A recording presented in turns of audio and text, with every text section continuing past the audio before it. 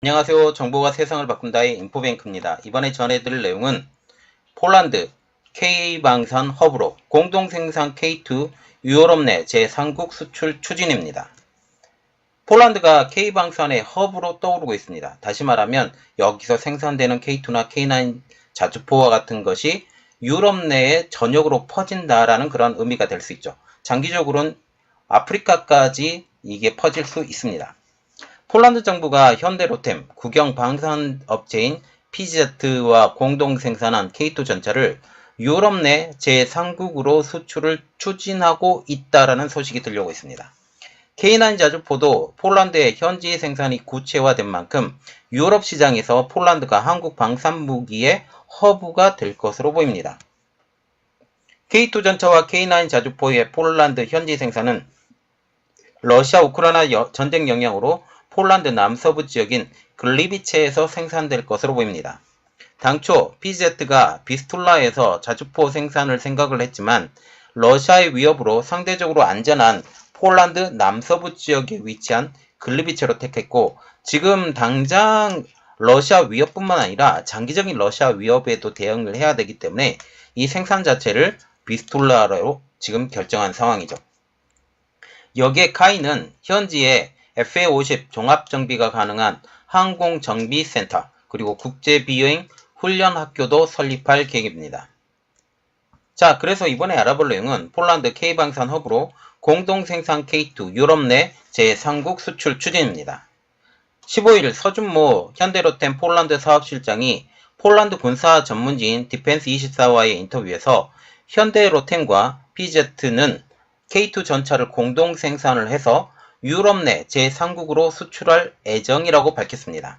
서준모 실장은 유럽의 여러 국가가 새로운 기본 전차에 가능한 옵션으로 K2를 고려하고 있다라고 얘기하면서 수리나 유지 보수, MRO에 대해서도 협력할 수 있다라고 말했습니다. 여기서 보는 것은 지금 K2가 폴란드에 수출이 되면서 세계적으로 K2가 인지도가 높아졌습니다. 인지도가 높아졌고, 또한 그 배송 속도를 고려했을 때, 또한 여기 폴란드에서 직접 생산이 되면 이곳에서 생산이 가능하고 생산 속도가 빠르게 되면 다른 나라, 특히 독일과 미국에서의 수입을 생각하지 않게 될 수 있다라는 거죠. 그래서 유럽 내 제3국까지 수출이 가능할 예정이라고 밝힌 것입니다. 현대로템은 지난 3월 PZ와 BZ 산하 방산업체인 WZM과 폴란드형 K2인 K2PL 전차의 생산 납품 사업을 진행하기 위한 컨소시엄의 이행 합의서를 체결한 바가 있습니다. 최소 15억 원이 넘는 계약으로 800대 이상의 K2를 생산하겠다라는 것이 핵심입니다. 지난해 7월 체결된 기본 합의서에 따르면 폴란드에서만 500대, 한국에서 320대의 K2가 생산될 예정이죠. 첫 납품은 오는 2026년으로 예정이 되어 있습니다. 구체적인 계약 협정을 추진하기 위해 지난 4월엔 세바스티안 흐바웨크 PZ 회장이 직접 한국을 방한하기도 했습니다. 당시 흐바웨크 회장은 현대로템 관계자들을 만나 폴란드 내 전차 생산 역량 구축 지원 방안과 현지 생산 및 적기 납품을 위한 협력 등을 논의한 것으로 알려졌죠.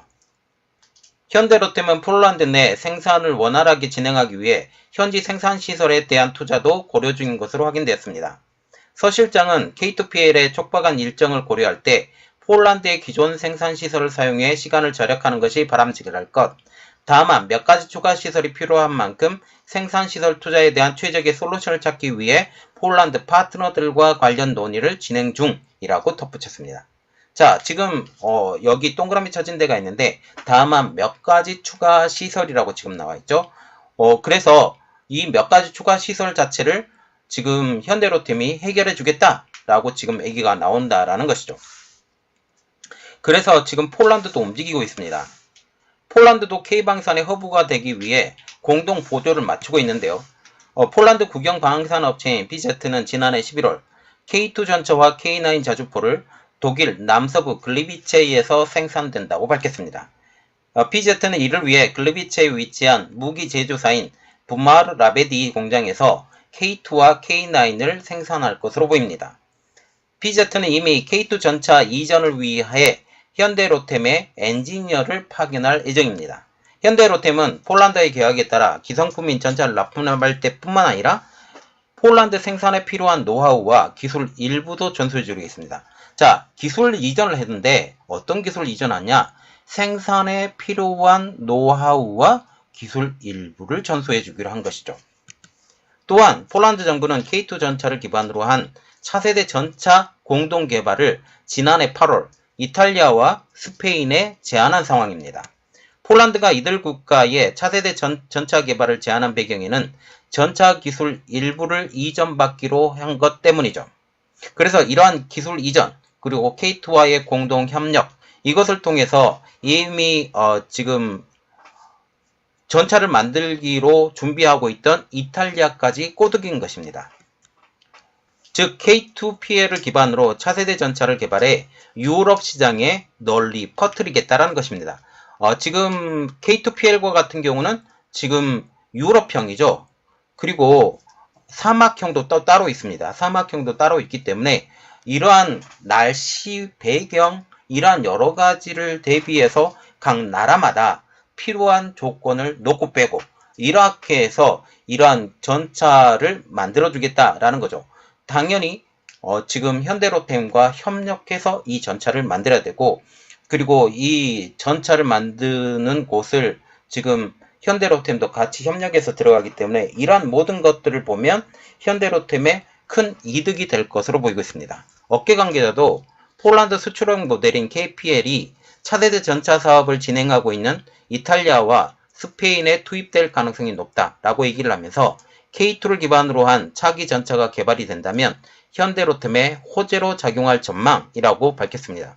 자, 이 지금 현재 K2PL뿐만 아니라 지금 K2와 같은 현대로템과 같은 경우는 각 지역에 따른 날씨, 배경 이것을 따라서 지금 사막형과 같은 경우도 따로 그리고 지금 유럽에 따로 지금 이렇게 개발을 했는데 여기에 다른 유럽이라 할지라도 각기 지형이 달라요. 각기 지형이 다르기 때문에 이러한 것들을 고려한 기술 개발을 공동으로 하게 되고 여기 생산을 폴란드에서 하게 되면 여기에 들어가는 모든 부품은 한국에서 다 가는 것이고 필요한 제품들이 다 한국에서 가기 때문에 이러한 모든 것들을 전체적으로 그림을 보면 한국 K2 전차의 세계 장악력이 더욱더 커질 것이고 또한 계속적인 업그레이드가 계속 되어가고 있기 때문에 이 업그레이드를 적용한 제품까지 나오게 된다면 지금 K2의 장악력은 더욱더 커질 것으로 보입니다. 자, 그래서 이번 내용이 단순히 폴란드만을 위해서 우리가 지금 한국 우물안의 개구리 했었잖아요. 외국에 많이 판매하지도 못하고 외국에 판매를 하려고 했을 때 파워팩 때문에 지금 이러한 문제도 있었는데 지금 파워팩도 거의 개발한 상황이고 이러한 모든 것들을 다 해서 지금 완성된 형태의 K2가 전파가 되고 여기 한국의 파워팩까지 실어서 나가는 그러한 일들이 지금 이 후 버전까지 나가면 좋겠습니다. 자, 이번 내용은 여기까지 하고요. 저의 내용이 여러분들에게 도움이 되셨다라고 생각을 하시면 구독, 좋아요, 그리고 필요하시면 알람 설정까지 부탁드리겠습니다. 감사합니다.